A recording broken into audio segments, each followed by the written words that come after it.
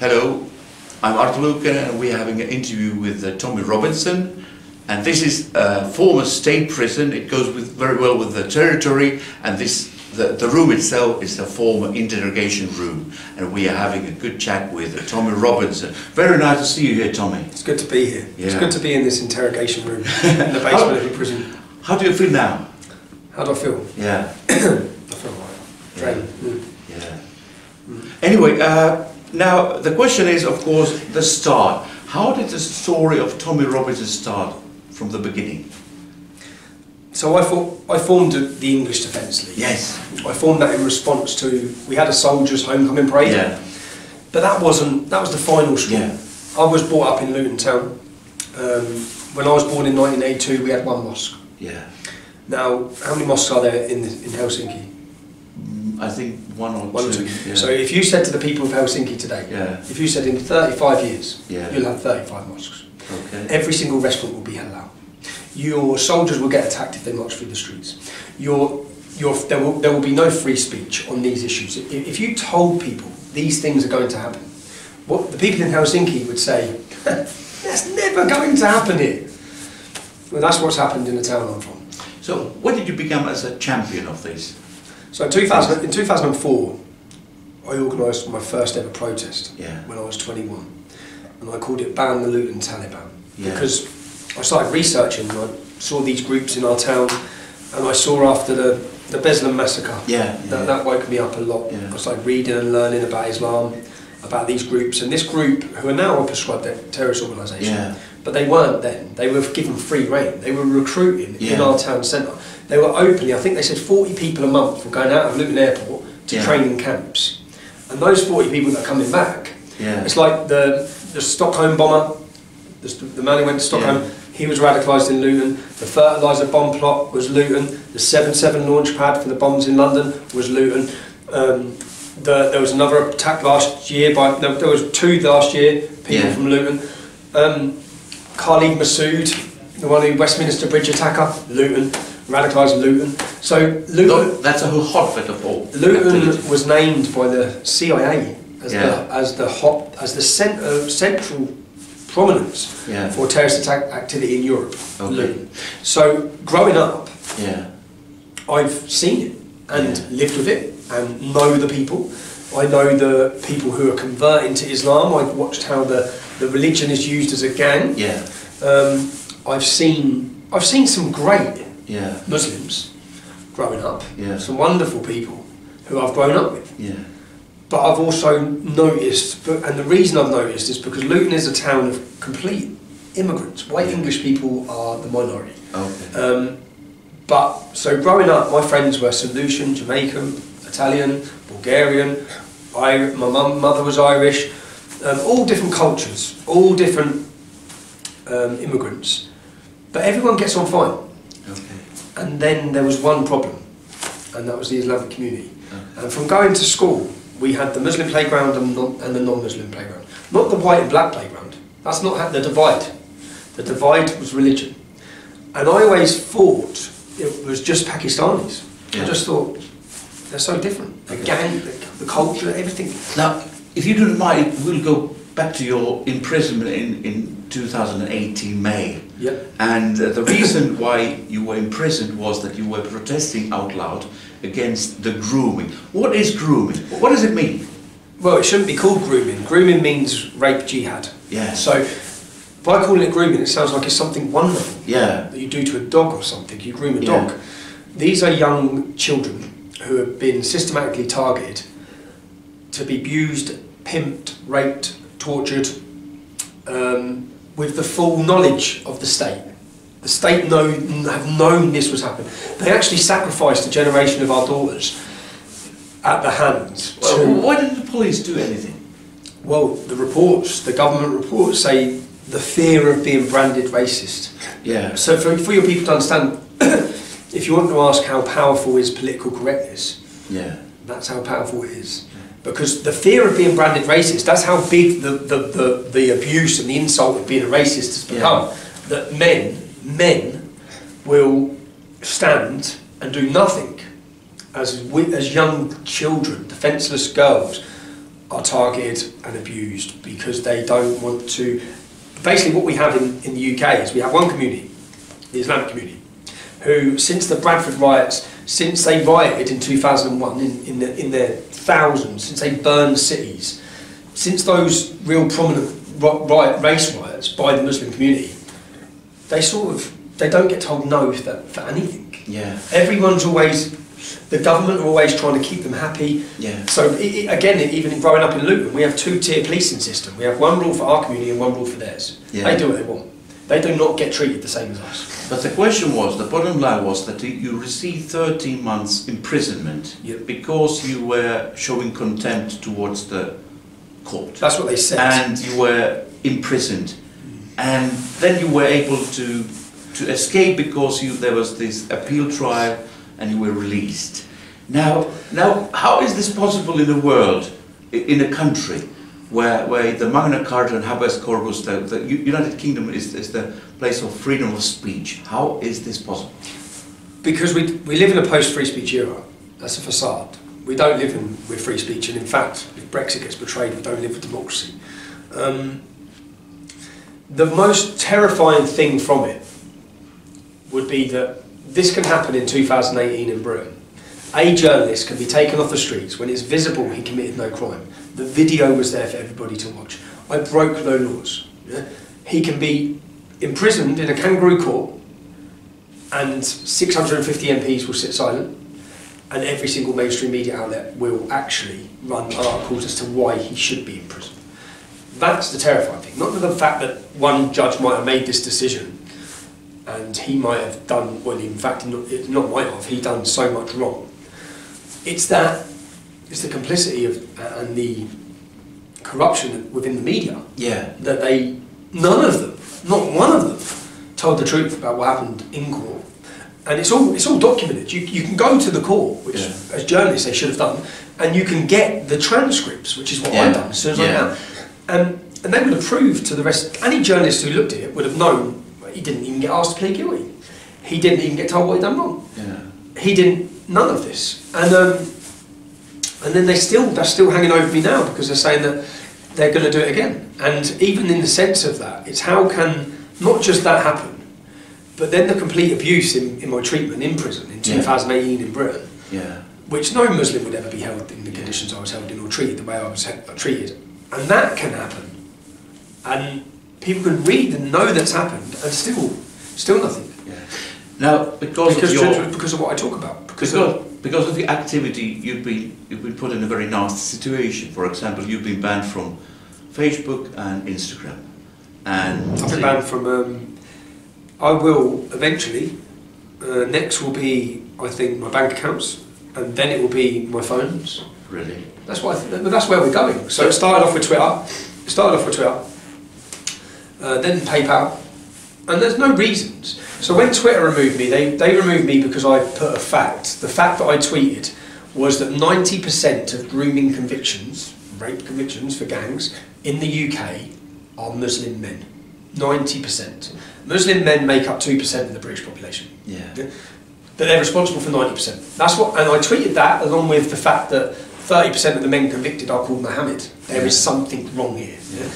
And that's what they removed me for. They said that was hate. Would you think that United Kingdom and the rest of the Western Europe would need a kind of a public discussion? Why is this so? You're not allowed. No, you're not allowed the discussion. Why not? Because if you have that discussion, you will find out why. And if you have that discussion, you'll start looking at your immigration policies different and the way and who you want to bring into your country. If we had a public inquiry into the Quran and see if there's a correlation of link between the crimes being committed and the religion. Is this permissible with this religious book? Then people will find out it is. But do you think that we are offering, sacrificing our, Western principles because of this thing? Yeah, we're giving them away. They've gone already. It's not like will we. We have and we are. We have strict laws in the UK which prohibit incitement to violence and prohibit racism. Yeah? I've never been arrested under any of those laws. Yeah. Ever. Never. Okay? Because I've never broke the law with what I say, because what I say is not incitement. I'm not asking people to be violent. I'm not targeting all Muslims per se. I'm not But then, so hate, which is the new word that they use to silence everyone with now, it used to be racist. So the way they keep everyone quiet for the last 20, 30 years is racist. Everyone's scared of being called racist. The new word, because they've absolutely destroyed the meaning of the word racist now, it's such an insult to the true victims of racism, the way it's used. The new, and Nazi, the new word is now hate. So essentially, PayPal don't want my hate. They can't give me any example of my hate. And you can't defend yourself. No, that's it. You're an enemy of the people and enemy of the state. Yeah, so that PayPal was gone. That affected me by 70%. So every time I make plans, so I have to change my plans. Like again now. Yeah. All the plans I made plans with Lauren Southern. You know Lauren Southern? We were going to work together and we were going to build a TV studio in Britain. Now you have a lot of followers, very ardent followers, very enthusiastic. I saw the film where they treated you, where they welcomed you. You know the song "How They Rule Ya." Oh, yeah, How did you feel then when they were singing you? That was beautiful. It was like, you know, football match or whatever. You know, the people were sincere. It was yeah. When I was in prison, and I used to receive probably this many letters every day. Yeah. From all over the world, and that was for me is a real. For me, it's a satisfying, and it's also, look, 10 years ago when I started talking about Islam, it was difficult. With attacks, with violence, and with the way the state managed to convince people who we were and what we were saying was wrong. Now that's all changed, full 360. So when I go places now, I don't get a negative reception anywhere. Okay. So even for example, they keep trying to portray me as a racist. I went out to a rave, like a music thing, in London, probably 2 months ago. And I don't know, do you have Rice Krispies and Cocoa Pops, no? The cereals? So I was like a Rice Krispie in a bowl of Cocoa Pops, yeah? I was the only white person in this whole club, yeah? How did they treat you? Great. Yeah. They love me. Yeah. So they're not buying the lies. They're not buying the media. Tommy, would you like to start a political party, or would you like to be a political leader then? So essentially, as I say, my decisions and the way of thinking changes every time they throw a hurdle. Removing me from social media makes it more difficult because I see my role as making videos, showing people what's happening on the streets and being on the street. But now, essentially, yeah, I'll have a lot of time to think now, because I think if I want to rustle there, feathers a bit more, then getting voted into politics would be a way of doing that. So, and it would also be a lot safer, I think. Yeah. How about joining some political party, for example? I support Joka as a leader of UKIP. I never supported UKIP when Nigel Farage led it. I'll be honest as to why. My whole town is immigrants. Yeah. Everyone I love are immigrants. Yeah. So when I saw Nigel Farage seemed to be blaming all the other immigrants because of the problems that come from the Islamic community. That's how I used to look at it, like that, because I think like we don't have to, when the British public, or the working class British public, voted for Brexit, we didn't vote because we have a problem with Finnish people coming to our country, or Spanish people, or German people. It's the forced migration of Islamic. Yeah. If you look at the towns that voted to leave, Luton, Leicester, Birmingham, all the areas with massive Islamic communities, we know what it's going to do. Yeah. We've seen the threat to our culture and our actual identity as a country. So I see politics, essentially, we can make as much noise as we want out on the street. Then only start listening with yourself. Would you, Tommy, imagine yourself being a member of Parliament, for example, having a speech at the British Parliament? That's the only thing that makes me, because I hate politicians. But how about being a one? Well, yeah, well, no, I just thought, oh mate, give me 10 minutes on that platform. Okay. Give me 10 minutes on that platform and I'll drill home what every single person sitting at home who is fed up of this establishment thinks of you. How about the speaker would then call you?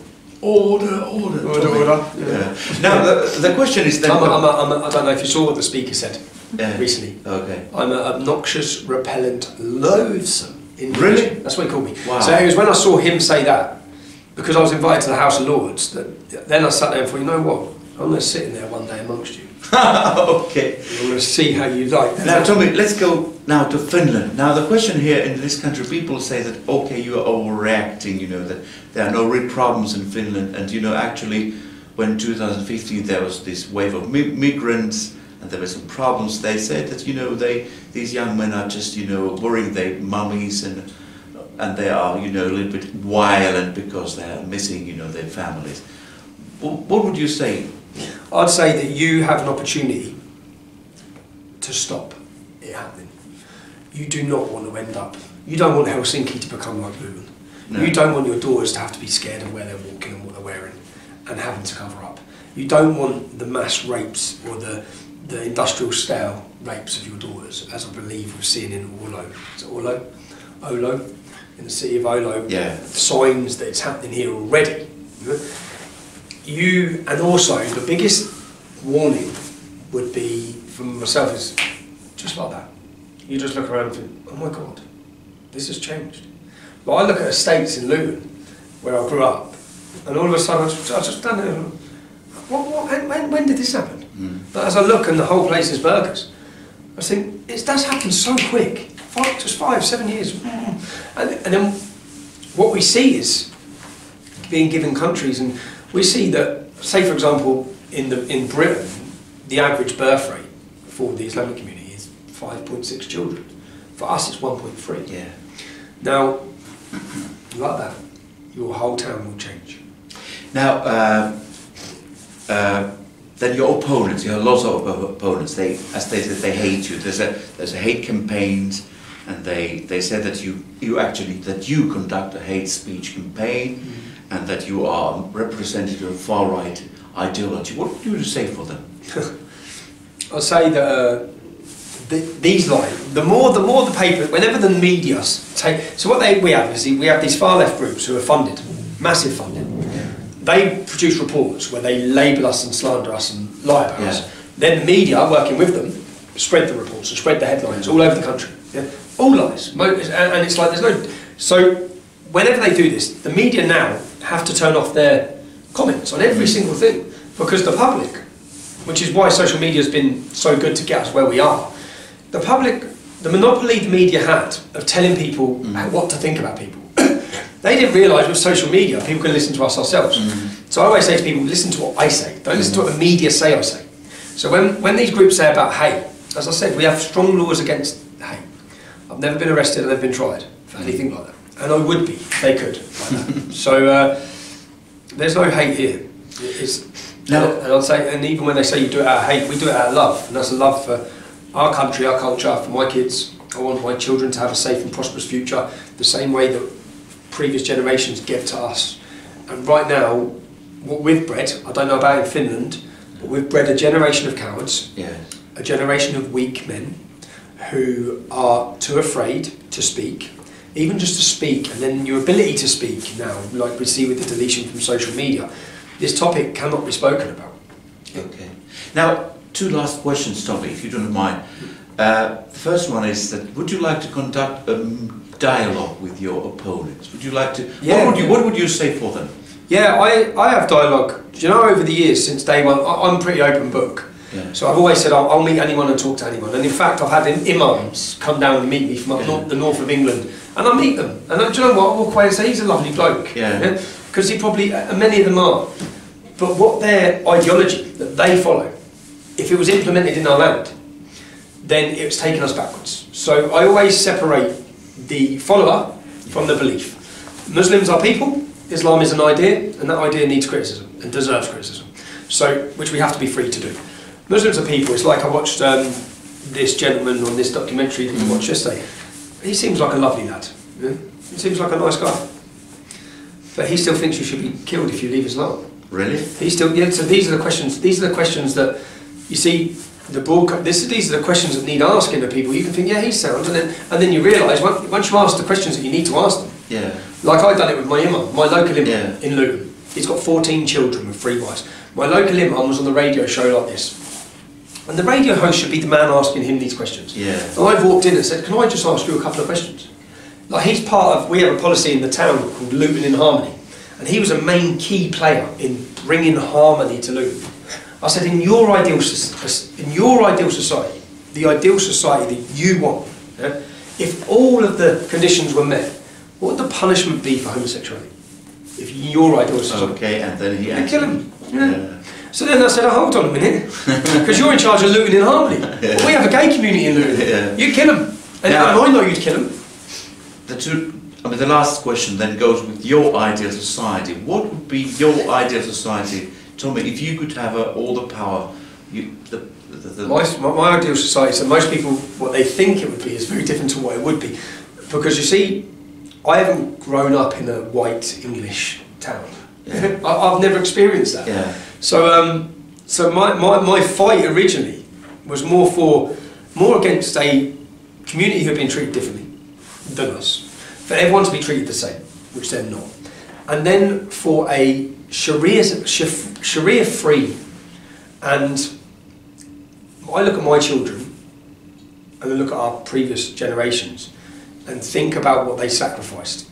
And they were, some of them were 14 years old, pretending they were 16, to run and fight.